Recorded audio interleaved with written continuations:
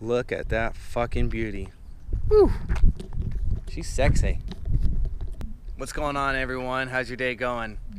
So I'm gonna do a video today on just an overview of my Corvette. I've had a couple people message me and just kind of want a general overview of what I've done to my car to prep it for the track. So I figured, hey, why don't I come out here in this beautiful wasteland of Northern California and just do a quick overview for you guys. So we'll start with what I've done the most recently, and that was actually 4 things all in one. So we'll start with the first. The first was an oil cooler, and I think you guys can see it hopefully right in there. It's a Sabrab 625. It's a 25 row oil cooler, and I got the bigger one instead of the 19 row because Northern California, it gets really hot out here in the summertime, so I figured the bigger the better, obviously to an extent. If I was somewhere where it's a colder climate, I might have got something smaller, but I think for Northern California and the weather out here, I think the bigger one was the better choice. So the next thing that I put on was the Witts aluminum radiator, and I'll show you guys from this side. Yes, I put that on, and see, this was a Z51 package, so the stock radiator had the oil and transmission cooler integrated into the radiator, but I went for the external oil cooler since it cools better. But I did go with the radiator that has the transmission cooler inside of it, and that's here on the left side. I don't know if you guys can see it. There's a line right there. And the reason I didn't get an external transmission cooler was that I read there were issues with having enough space in the front when you put an oil cooler and a transmission cooler. So I ended up going with that, and it's been awesome so far. No issues with it. All right, the next thing would be this Elite Engineering oil catch can.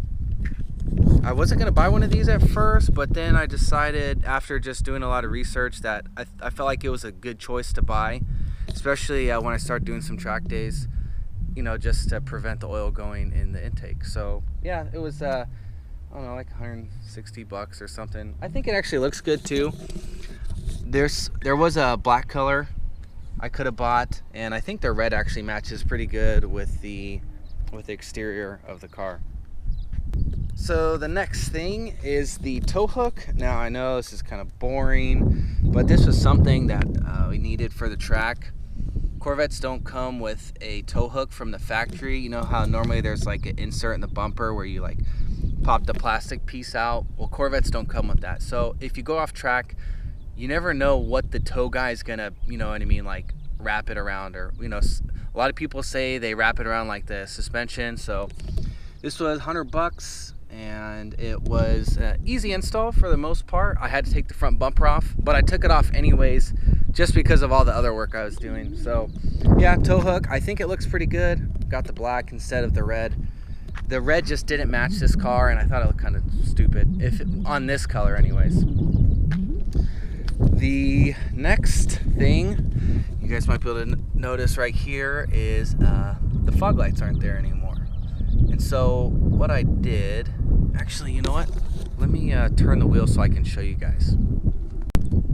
So I turn the wheel, hopefully that will help out a little bit. All right, so I ended up going with a quantum, it's like quantum air intake or system, some shit like that. I don't know like what it's exactly called, but basically it took out the front fog lights, and you put the insert metal piece and all this, you know, fancy stuff in there. And then there's a tube that goes through the bumper, and then you guys can see it right there. It goes right there. And let me see if I can get inside. I don't know how much light you guys are gonna see, but hopefully you can see that in there. That's the brake inlet right there. It's the Z6 one. And then we'll spin it around. Hopefully you guys can see in there. Then there's a spindle piece that goes on the back of the hub. And I don't have it on there right now, but basically from the Z06 inlet that's bolted on the inside of the chassis, and then you have the spindle on the back of the hub Well, whenever I do track days, I have a hose that's gonna go basically from there to there, so that way the air is coming straight inside. It's gonna go through, around that corner, through the hose, and then it's gonna go straight on the back of the spindle, and that's gonna keep the brakes way cooler than if I didn't have anything like that. So I think that'll be a big improvement for the braking system on the track, especially just keeping them cool. And I think the longevity of the rotors, I think, should be increased as well, just because they're staying a lot cooler. So, we'll see. I haven't done a track day yet, but I've definitely put a little bit of money into this thing so far. The next thing would be the stainless steel brake lines. Again, I don't know if you guys can see, but I'll throw you in there. You might be able to see them. It was just something that's, that's like easy stuff right there. Always get stainless steel brake lines, especially if you're gonna do track days. Do you need them on the street? I would say fuck no, but since I'm gonna be tearing this thing up on the track, yes, I wanted brake lines. Last thing I'll talk about is fluids. When I replaced the radiator, I ended up going with a 25% Dexcool, 75% water, and then I put a bottle of some AMSOIL, like super coolant or whatever, in it. Who knows if that's gonna help or not, but fuck it, I bought it and put it in there. As far as the rest of the fluids, I have changed everything out with AMSOIL synthetics, the differential, the transmission, the brake fluid, the clutch fluid, except the coolant. I stayed with like Prestone Dexcool or something like that. And that's just something it's just a peace of mind type of thing. Whenever I get a new car, I always change all the fluids out, and especially for track days, definitely want to have all fresh fluids in there. So I'll probably change a couple more, change it again once I get closer to doing a track day. I'll talk about the air intake system real quick. So I didn't talk about this in any of my other videos, but what ended up happening was there was an aftermarket intake on here before, which meant this front radiator shroud was all cut up so it could fit in, which, whatever. But when I put the oil cooler in, the oil cooler is so big that the aftermarket intake wouldn't fit in there anymore. So I actually had to go on fucking eBay and buy an OEM intake system for the car.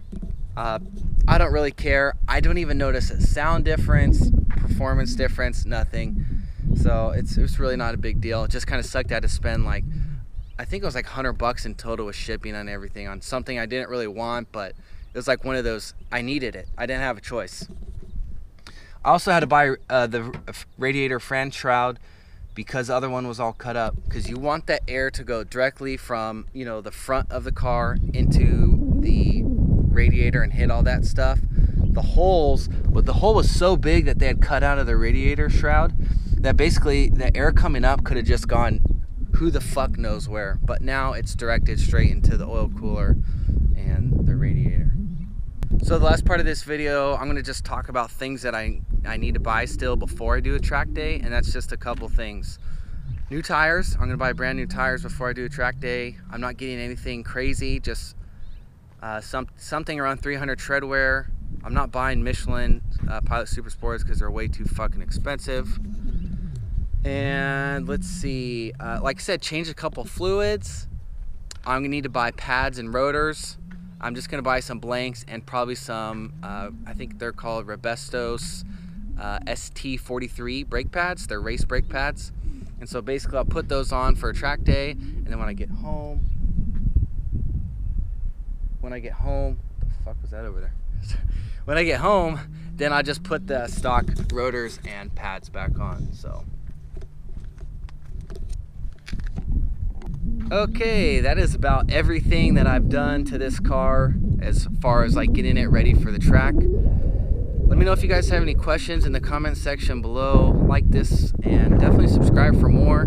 I'm doing a bunch of different videos between dirt biking, motorcycles, and cars. So hopefully you guys enjoyed the video, and take it easy, guys. Peace.